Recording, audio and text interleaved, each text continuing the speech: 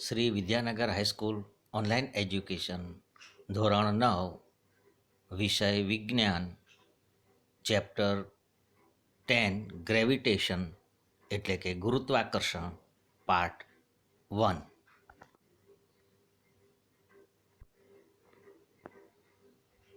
મિત્રો, આ પ્રકરણ 10 ગુરુત્વાકર્ષણમાં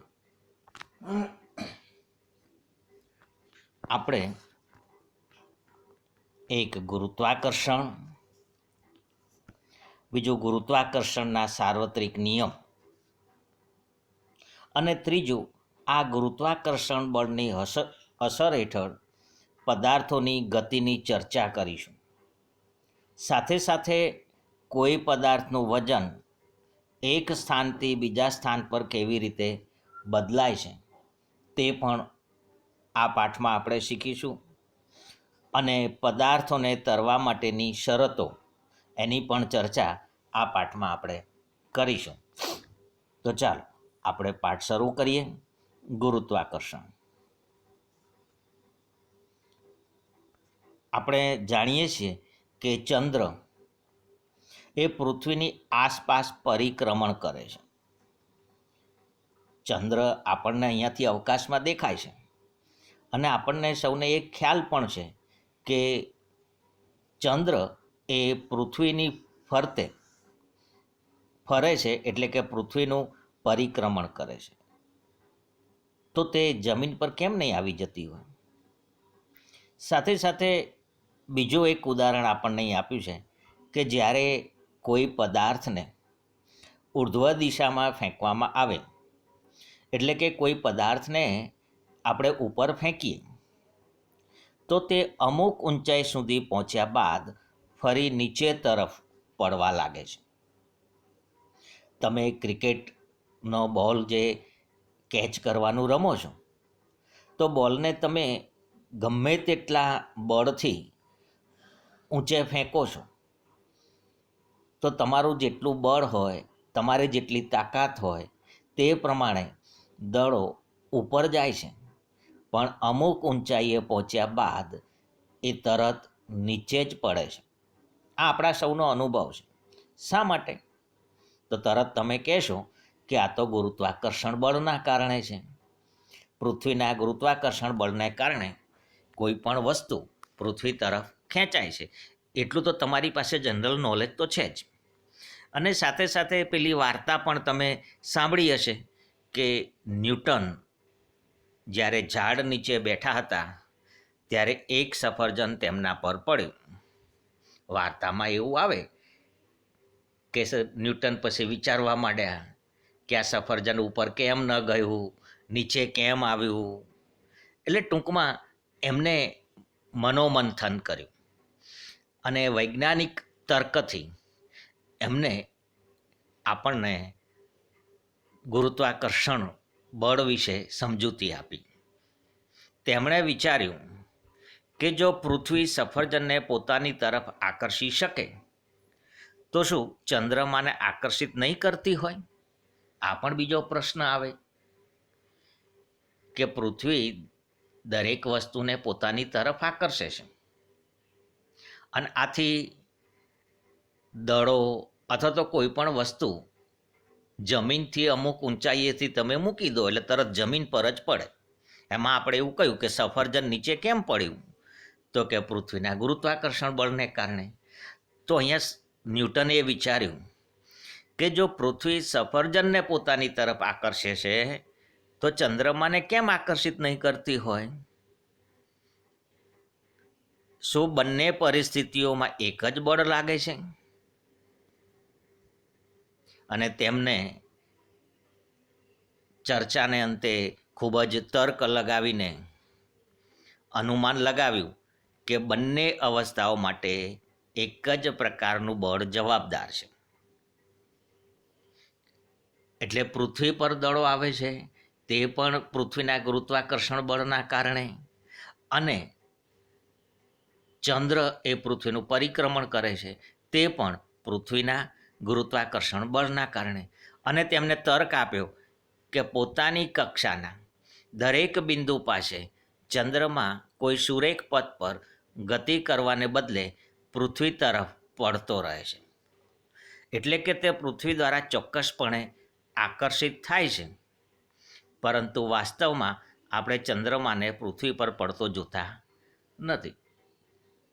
થોડુંક વિરોધાભાસ લાગે છે, ખરું ને?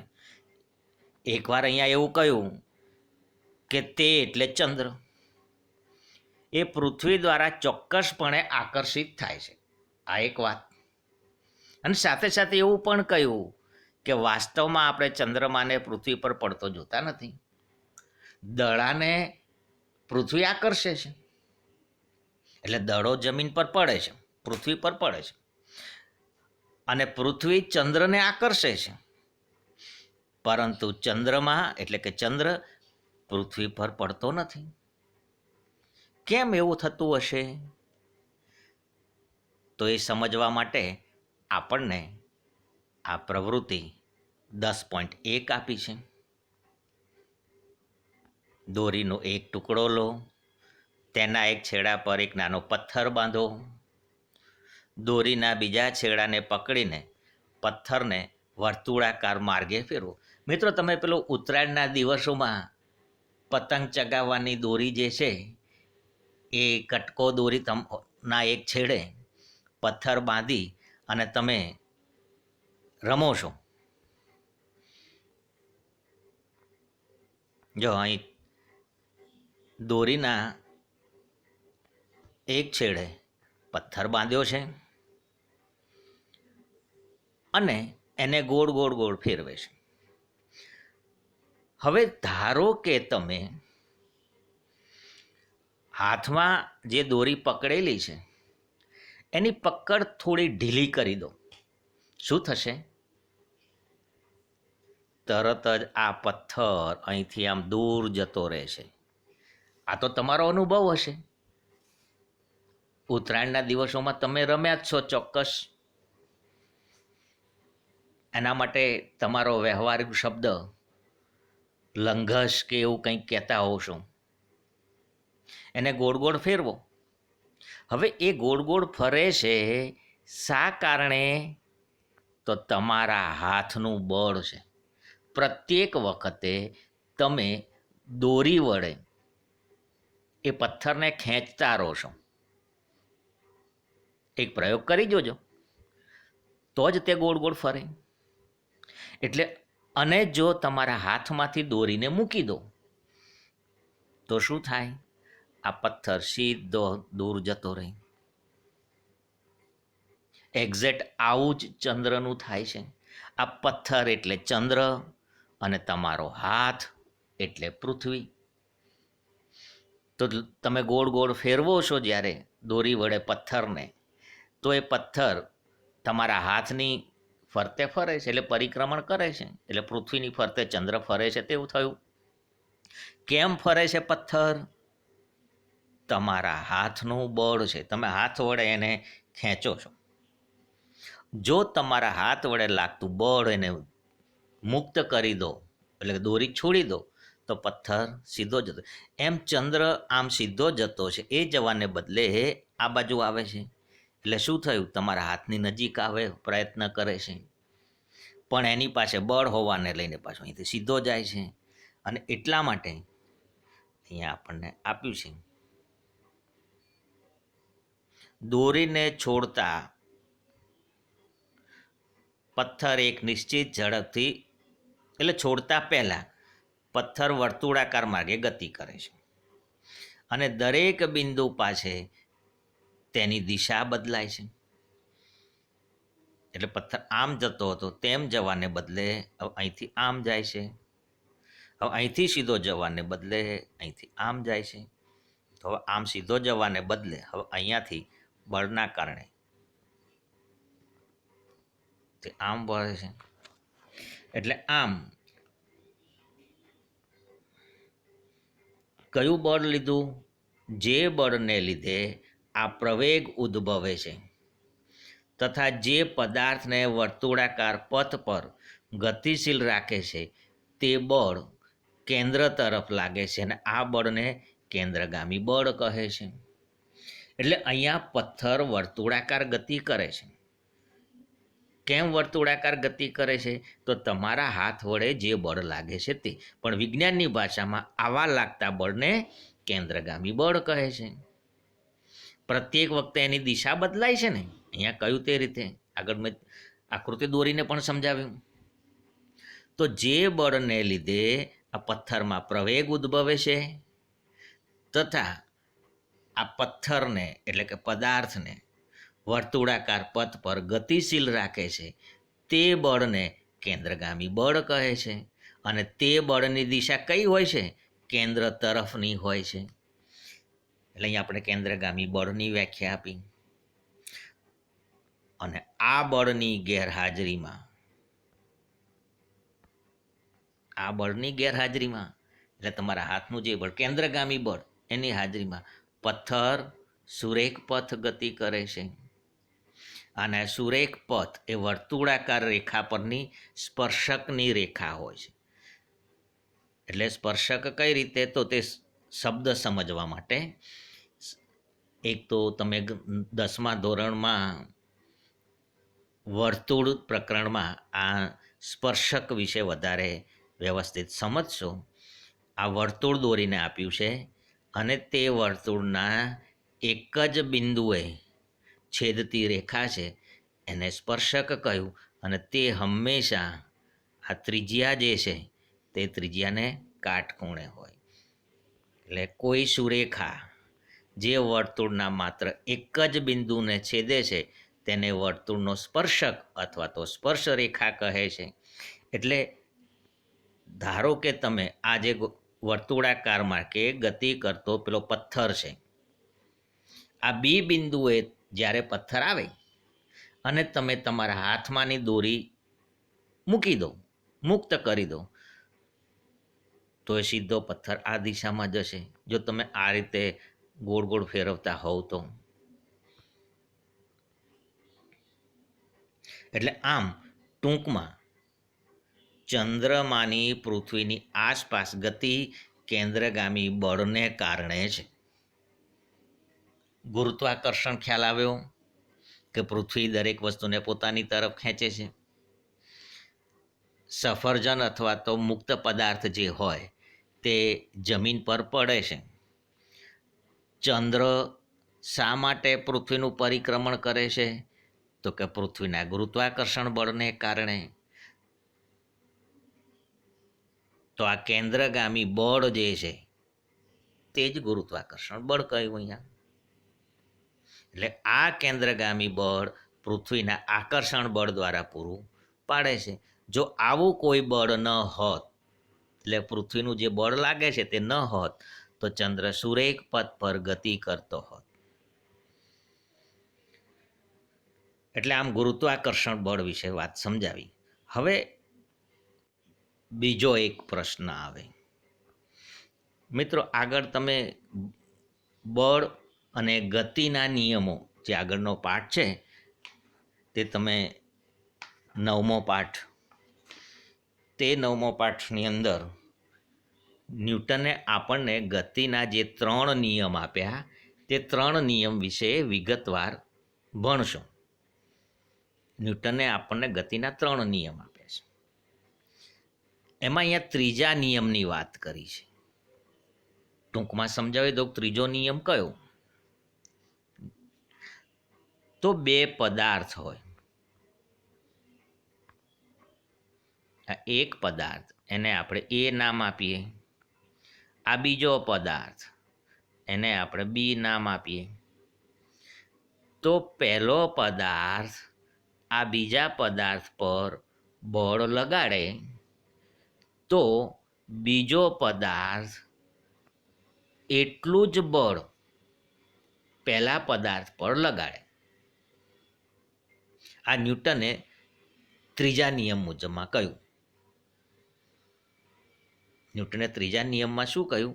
કે એક પદાર્થ બીજા પદાર્થ ઉપર બળ લગાડે તો બીજો પદાર્થ તેટલા જ મૂલ્યનું બળ પ્રથમ પદાર્થને લગાડે. હવે આપણે જોઈએ કે ગતિના ત્રીજા નિયમ અનુસાર સફરજન પણ પૃથ્વીને આકર્ષે છે. જો ત્રીજો નિયમ કઈ રીતે કામ આપ્યો, આ મેં પૃથ્વી દોરી, આ સફરજન છે.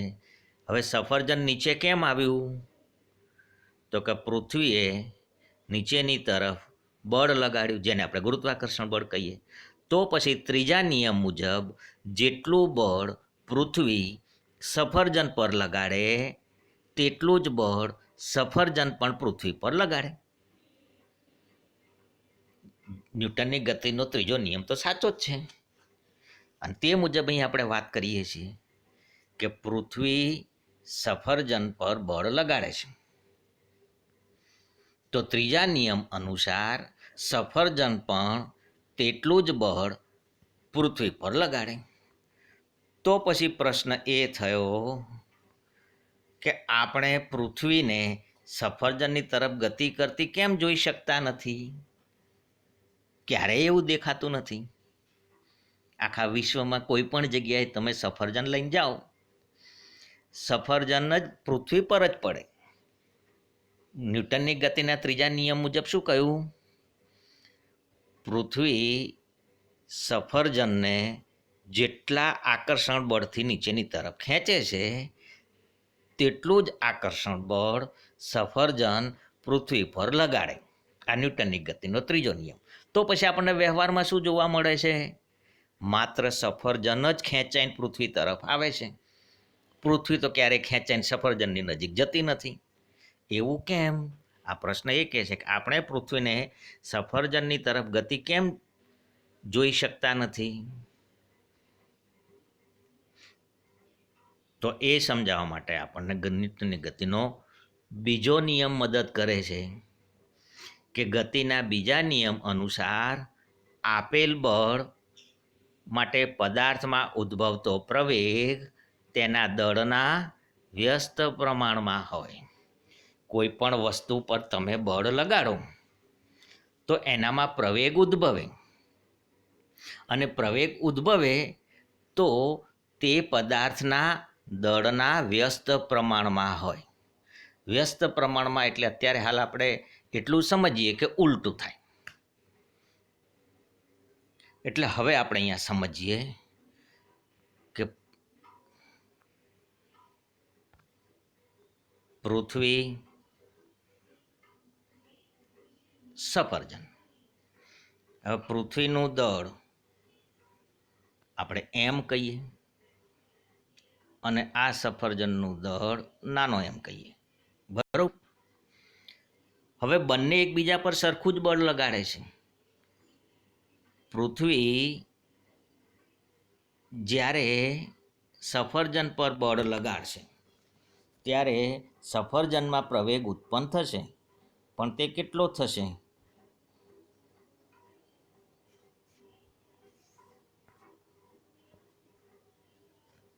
પૃથ્વી એનું દળ એમ છે, સફરજન એનું દળ નાનું એમ છે. હવે જે પ્રવેગ ઉદ્ભવે છે, બળ બંને એકબીજા પર લગાડે છે. પૃથ્વી સફરજન પર પણ લગાડે છે અને સફરજન પૃથ્વી પર પણ બળ લગાડે છે, પણ બળના કારણે જે પ્રવેગ ઉત્પન્ન થાય એ દળના વ્યસ્ત પ્રમાણમાં. એટલે કે અહીંયા એમ જે છે, જ્યારે આ પૃથ્વીમાં પ્રવેગ ઉત્પન્ન થાય તે આપણે શોધવું હશે. આખું સૂત્ર નથી લખતો મિત્રો, નહીં તો તમને કંટાળો આવશે, કારણ કે 9મો પાઠ તમે હજુ ભણ્યા નથી. એટલે છેદમાં મોટો એમ મૂકવો પડે. પૃથ્વીમાં ઉદ્ભવતું પ્રવેગ જે છે તે શોધવો હોય તો છેદમાં મોટો એમ મૂકવો પડે, અને સફરજનમાં ઉદ્ભવતો પ્રવેગ શોધવો હોય તો ગણતરી કરવા માટે છેદમાં નાનો એમ મૂકવો પડે. એટલે ભાગાકાર કરવાની વાત આવી. તો કોનું દળ વધારે? પૃથ્વીનું દળ વધારે. એટલે અહીંયા જે પ્રવેગ ઉત્પન્ન થશે એ ખૂબ જ ઓછો પ્રવેગ ઉત્પન્ન થાય, અવગણી શકાય તેટલો. એટલે દળના વ્યસ્ત પ્રમાણમાં, એટલે દળ જેમ વધારે તો પ્રવેગ ઓછો. એટલે સફરજનનું દળ નાનું છે, એટલે એ દળ વડે એનો વ્યસ્ત કરીએ તો જવાબ મોટો આવે. અને પૃથ્વીનું દળ વધારે છે અને એનો વ્યસ્ત કરીએ તો પ્રવેગનું મૂલ્ય ખૂબ જ ઓછું આવે. એટલે અહીંયા લખ્યું છે, જો પૃથ્વીની સાપેક્ષમાં સફરજનનું દળ અવગણ્ય છે. હવે પૃથ્વીની સાપેક્ષમાં, હવે પૃથ્વીનું દળ કેટલું બધું, અને એની સરખામણીમાં સફરજનનું દળ અવગણ્ય છે, અને તેથી આપણે પૃથ્વીને સફરજન તરફ ગતિ કરતી જોઈ શકતા નથી. અને આ જ તર્કના આધાર પર જાણી શકીએ કે કેમ પૃથ્વી ચંદ્ર તરફ ગતિ કરતી નથી. અને આ બધા માત્ર ચંદ્ર જ નહીં, આપણા સૂર્ય અને બધા ગ્રહો, કારણ કે સૂર્યનું પણ પરિક્રમણ કરે છે બધા ગ્રહો, પૃથ્વી પણ સૂર્યની ફરતે ફરે છે, તો ગુરુનો ગ્રહ પણ ચંદ્રની ફરતે ફરે છે. તો અહીંયા આ જ બળ કામ આવે, ગુરુત્વાકર્ષણ બળ. અને આના ઉપરથી ગુરુત્વાકર્ષણ બળની વ્યાખ્યા આપી ન્યૂટને. એટલે પરીક્ષામાં એમ પૂછાય કે ગુરુત્વાકર્ષણ બળની વ્યાખ્યા લખો. તો અહીંયાથી ચાલુ થઈ, વિશ્વના બધા જ પદાર્થો એકબીજાને આકર્ષે છે. પદાર્થો વચ્ચેના આ આકર્ષણ બળને ગુરુત્વાકર્ષણ બળ કહે છે. ગુરુત્વાકર્ષણ બળ એટલે શું? તેનો જવાબ આ, વિશ્વના બધા જ પદાર્થો એકબીજાને આકર્ષે છે. પદાર્થો વચ્ચેના આ આકર્ષણ બળને ગુરુત્વાકર્ષણ બળ કહે છે. અને તે ઉપરથી ન્યૂટને ગુરુત્વાકર્ષણ બળનો નિયમ આપ્યો. હવે આ બળ કેટલું હશે, એનું માપ કેટલું, પ્રમાણ કેટલું, અને આ ખૂબ જ અગત્યનો પ્રશ્ન મિત્રો, 3 માર્ક્સનો પ્રશ્ન જે પૂછાતો હોય એના માટે. ગુરુત્વાકર્ષણ બળ એટલે શું, એ તો 1 માર્ક્સમાં પૂછાય, વ્યાખ્યા પૂછાય. પછી ગુરુત્વાકર્ષણનો બળ કોને શોધ્યું, ગુરુત્વાકર્ષણ બળ કોને શોધ્યો, પછી ગુરુત્વાકર્ષણનો સાર્વત્રિક નિયમ કોને આપ્યો, તો ન્યૂટને. આ ટૂંકા પ્રશ્નો. અને મોટો પ્રશ્ન આવે કે ગુરુત્વાકર્ષણનો સાર્વત્રિક નિયમ લખો અને તેનું સૂત્ર મેળવો. તો પહેલાં શરૂઆતમાં અહીંયા જે છે તે નિયમ છે.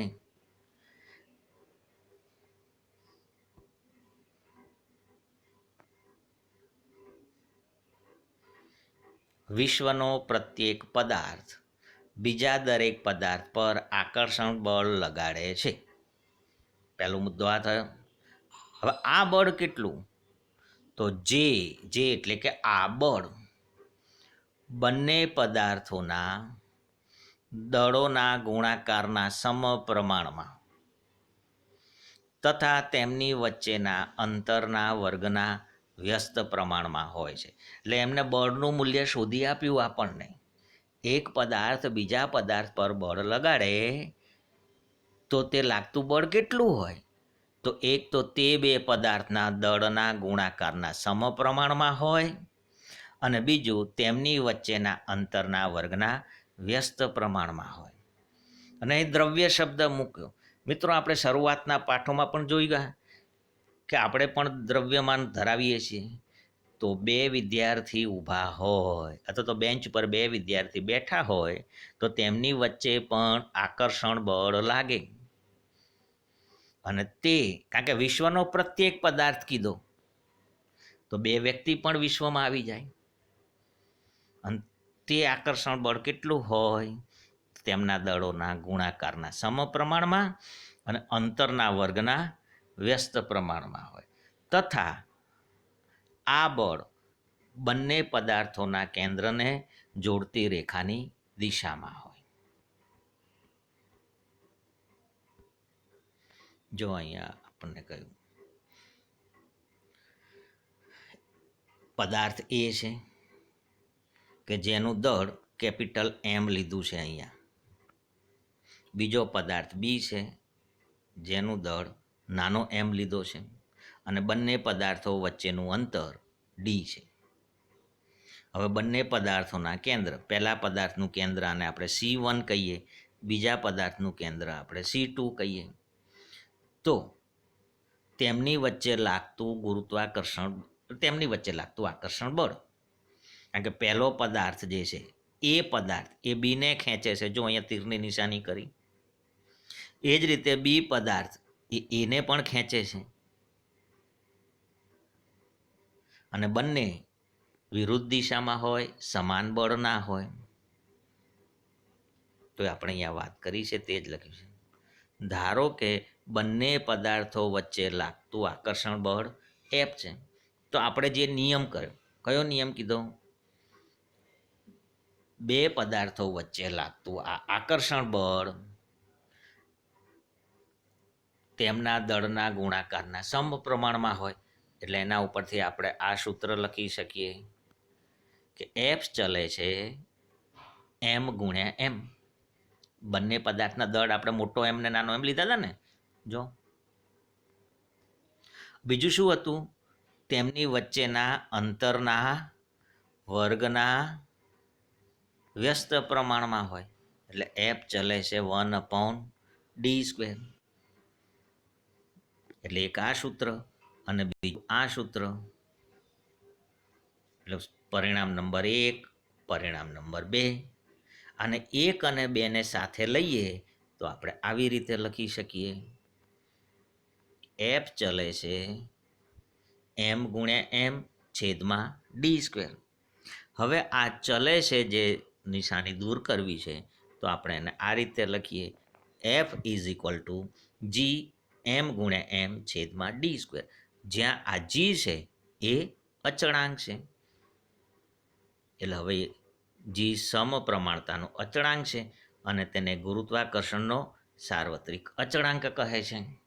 આ ખાસ યાદ રાખવાનું, કેપિટલમાં જી, કેપિટલ જી એ ગુરુત્વાકર્ષણનો સાર્વત્રિક અચળાંક છે. કઈ રીતે સૂત્ર આવ્યું, ખ્યાલ આવ્યો? બે મુદ્દા આપણને કયા ન્યૂટને ગુરુત્વાકર્ષણના નિયમમાં?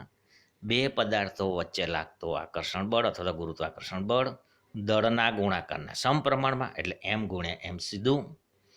અંતરના વર્ગના વ્યસ્ત પ્રમાણમાં, એટલે અંતર ડી લીધું હતું, એટલે એનો વર્ગ d² એ આપણે છેદમાં લખવાનું. હવે જો આપણે આ જીને સૂત્રનો કર્તા બનાવવો હોય તો શું કરવું પડે?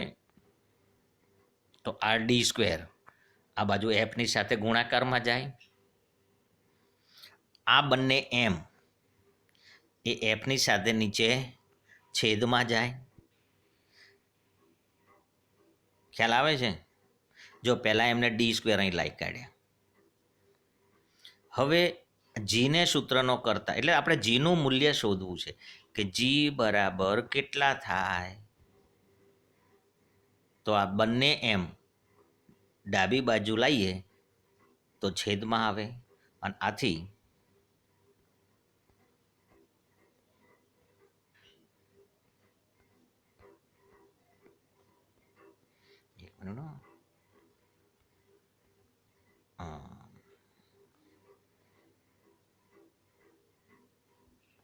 આ સૂત્ર મળ્યું, જી ઇઝ ઇક્વલ ટુ FD² છેદમાં એમ ગુણ્યા એમ. હવે આ જીનો એસઆઈ એકમ, તો મિત્રો કોનો કોનો ગુણાકાર કર્યો છે? એક એફ, એફ એટલે બળ, અને બળનો એકમ છે એન, ન્યૂટન. d² છે, ડી એટલે અંતર, અને અંતરનો એસઆઈ એકમ છે એમ, અને 2 વાર છે એટલે m², d² કર્યો છે ને. અને છેદમાં મોટો એમ અને નાનો એમ છે, એટલે બંને દળ છે, અને દળનો એકમ થાય કિલોગ્રામ, અને બંને વાર છે એટલે કિલોગ્રામ². એટલે આથી આ સાર્વત્રિક અચળાંક જે છે, ગુરુત્વાકર્ષણનો સાર્વત્રિક અચળાંક, તેનો એસઆઈ એકમ થયો ન્યૂટન મીટર² પ્રતિ કિગ્રા². એટલે અહીં આપણને આપ્યો. હવે આ બધી કિંમતો મૂકી, એફ, ડી, મોટો એમ અને નાનો એમ, એ કિંમત મૂકી અને જીનું મૂલ્ય શોધવામાં આવ્યું. કોને શોધી બતાવ્યું? હેનરી કેવેન્ડિશે. તો પરીક્ષામાં ટૂંકો પ્રશ્ન એવો પણ પૂછાય, કેપિટલ જી લખીને કે જી શું છે, તેનો એસઆઈ એકમ લખો અને તેનું મૂલ્ય કોને શોધી બતાવ્યું? તો હેનરી કેવેન્ડિશે આ જીનું મૂલ્ય શોધાયું કેપિટલ જી એટલે ગુરુત્વાકર્ષણનો સાર્વત્રિક અચળાંક. તેનો એસઆઈ એકમ ન્યૂટન મીટર સ્ક્વેર પ્રતિ કેજી સ્ક્વેર અને તેનું મૂલ્ય 6.673 ઇન્ટુ 10⁻11 છે. અને એટલા માટે અહીંયા લખ્યું જો કોઈ પણ બે પદાર્થો વચ્ચે આકર્ષણ બળ અસ્તિત્વ ધરાવે છે. તો ન્યૂટને કહી દીધું કે વિશ્વનો પ્રત્યેક પદાર્થ બરોબર છે એકબીજાને આકર્ષે છે. તો તમે તમારી તથા તમારી નજીક બેઠેલા તમારા મિત્ર વચ્ચે લાગતા આ બળની ગણતરી કરો અને બળની ગણતરી કરીને પછી નક્કી કરો કે તમે આ બળનો અનુભવ કેમ કરતા નથી.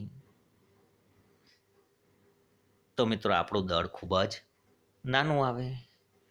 બરોબર છે. એટલે આમ ગુરુત્વાકર્ષણ બળ એટલે શું અને ન્યૂટને આપેલો ગુરુત્વાકર્ષણના સાર્વત્રિક નિયમ વિશે આપણે વાત કરી. મિત્રો ત્યાંથી આગળ હવે આપણે નેક્સ્ટ વિડીયોમાં ચર્ચા કરીશું. પણ મિત્રો એ યાદ રાખજો કે આપણે ઓનલાઈન એજ્યુકેશનમાં જે પ્રકરણની ચર્ચા કરીએ છીએ તે પ્રકરણના સ્વાધ્યાયના પ્રશ્નો તમે તમારી નોટમાં લખવા માટે પ્રયત્ન કરતા રહેજો. જ્યારે પણ જરૂરિયાત ઊભી થશે ત્યારે તમારી તે નોટ સ્કૂલમાં મંગાવીશું અને તે મુજબ પરીક્ષણ તમારા ગુણાંકન આપવા માટે પ્રયત્ન કરીશું.